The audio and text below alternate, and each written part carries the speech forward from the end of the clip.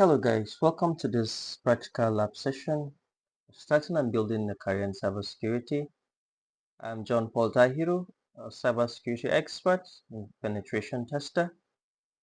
And on this practical lab session, we're going to be exploiting Windows 7. In other words, we're going to be hacking Windows 7 using our Kali Linux machine. Alright, let's dive in. Alright, so I have my Kali Linux running. I also have my Windows running in the same network. So I'm already in my terminal emulator. So what I will do is I will type the command net discover. Okay, it's asking we must be root to run this, so it's required root privilege. So we're gonna use sudo net discover. It's asking for a password.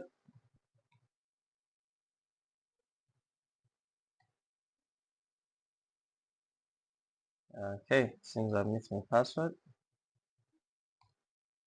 Okay, so we have the net discover scanning on the devices connected to my network, and we have Windows IP address, Windows 7 IP address already here, and this is the Windows we'll be attacking on my Linux machine. So you can see that this is my Windows IP address, receive system. So we can post the scan at this moment.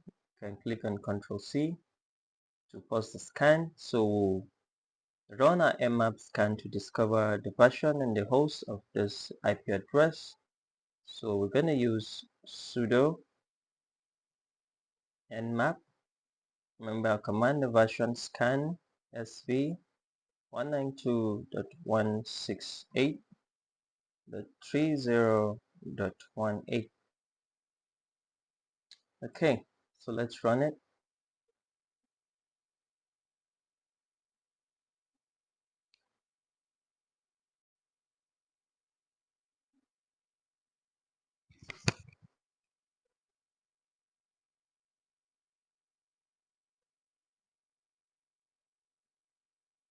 Okay, it's taking some time. Let's hold on. Oh, this is the output it gives. The going sync still scan. Okay, it's showing all our 1000 filtered TCP ports. We are not getting a response from this scan. What could be the issue? Let's run the scan again.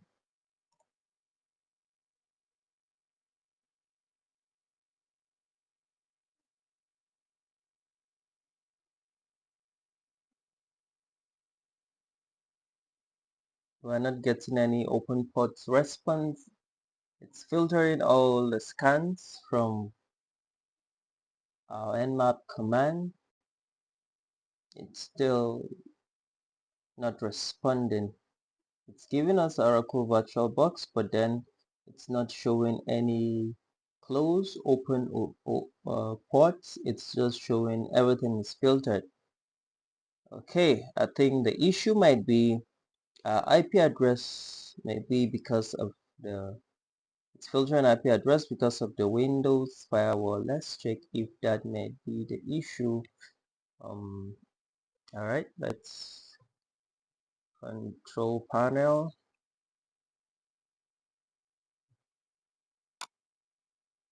Windows firewall. Okay, as you can see, the Windows firewall is active, so that might be hindering scan output. Hence, we're getting all the ports are filtered. So let's try to turn this off and see if that will have effects on output results. Okay, so at this point, our Windows is without firewall. It's vulnerable. So we go back to terminal and so run the same command.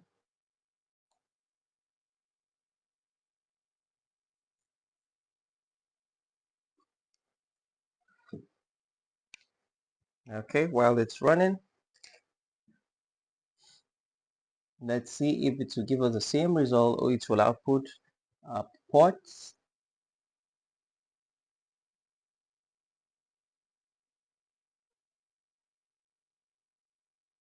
Okay, still running. 46.15% done. Okay, it's almost. Let's hold on.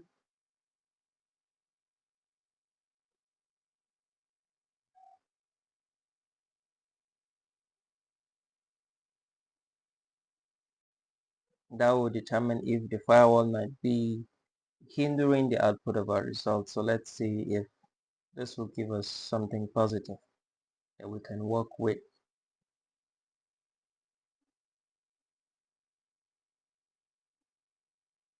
Okay, it's almost done. 92.31.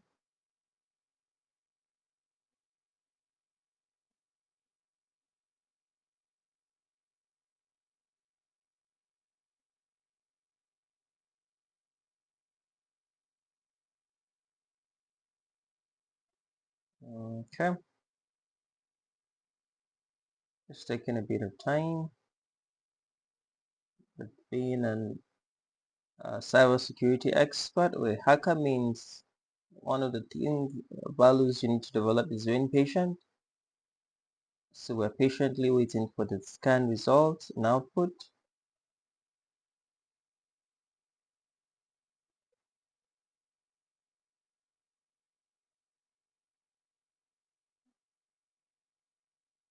We're still waiting for the results.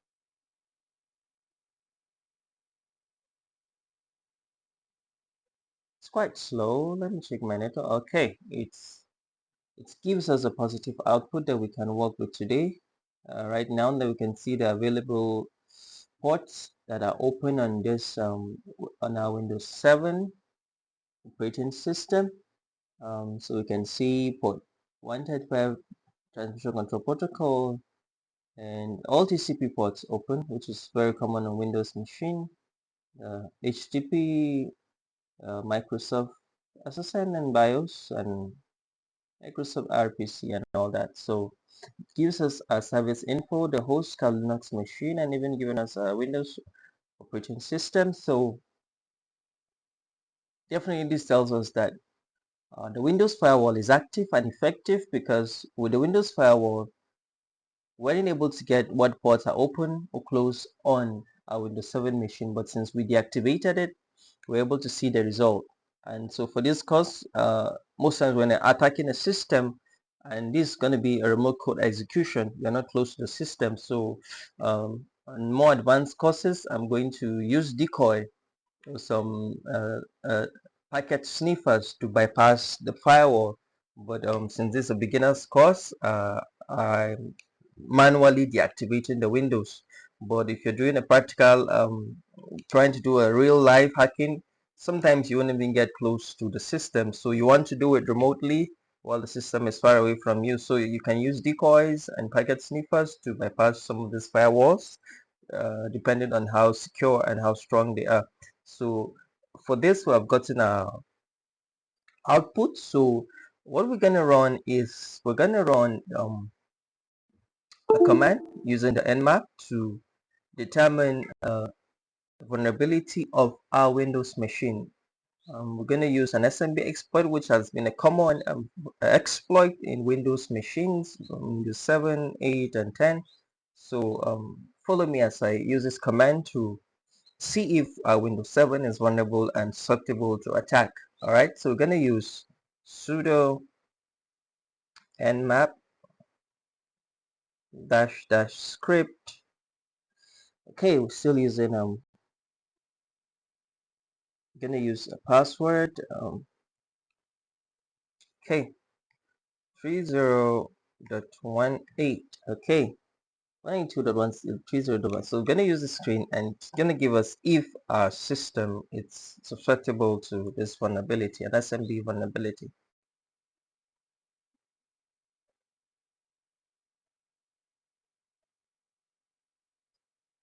Okay, it immediately pops up without taking time. So let's see, our host is up. So give us a open port. As we can see, this give us even a more robust result. It's giving us some ports that are open, but they're not even known. We don't know the version. Uh, do not put the version, but the service is unknown. So we have an SMB vulnerability. Yeah, SMB vulnerability MS10 for this system is false. It's not vulnerable to MS10 exploit, but it's still scanned for MS17 version 10. It's put in vulnerable. So remote code execution vulnerability in Microsoft. So it can even tell us the code version exploit and telling us the risk factor that is highly susceptible to SMB exploitation. So we can even see the discovery data and even the link. So that vulnerability, it's still possible on Windows version 10, except Windows Defender is activated. Such vulnerabilities can be exploited to completely take over a system. And so that's why it's advisable to always update your Windows operating system when it pops up. So with this information, we can be able to exploit or hack our Windows 7. So what we'll do is to open another terminal and then run a Metasploit to be able to hack this. Okay, MSF console.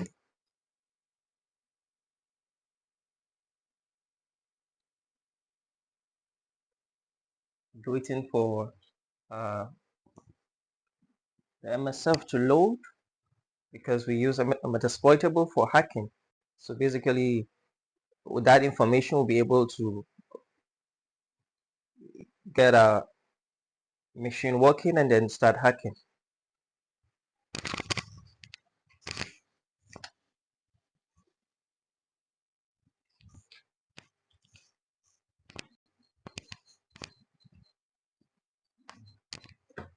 Okay, so it's still loading. Console, it's loading.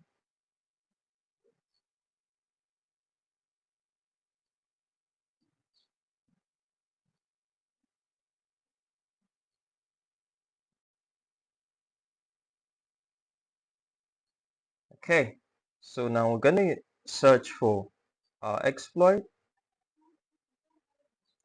Search MS17, which we saw. So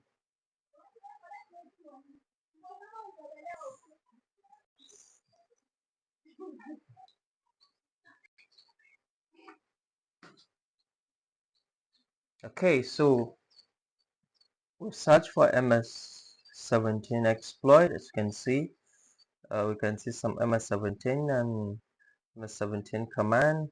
So we're gonna use MS17 Eternal Blue and see if that works. If it doesn't work, we're gonna use MS10 PSEC. We're gonna use command or MS17 SMB version 10. So we're gonna try any of this if it picks. So we're gonna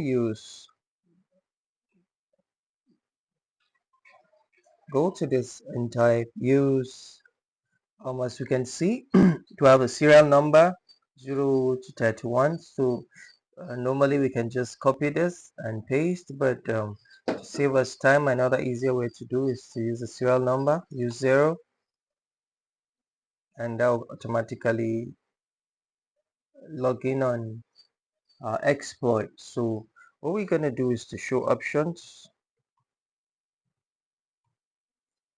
Okay, because we need to set our local host, which is a Linux machine. You can see the IP address already set. And what we need to do is to set in our R host, which is our target machine, to its IP address as well. So we're going to set R hosts to 192.168.30.18. Okay, so I think correct. Let's log in and we're going to show options to make sure that is set. Show options still. Okay, if we can check our host now is set to our Windows IP address, and our L host is set to uh, Kali Linux IP address. So what we're gonna do is to type on exploit. Okay, so it's already attacking the system right now.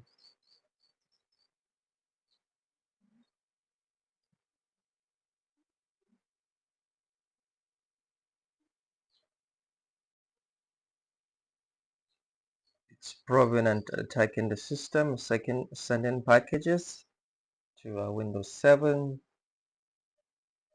and boom, I think it's a success. As you can see, the output of this, the IP addresses that's been sent to Windows 7, and we have successfully attacked our Windows 7. So to verify, we're gonna check for um, ls. Let's see our directories, and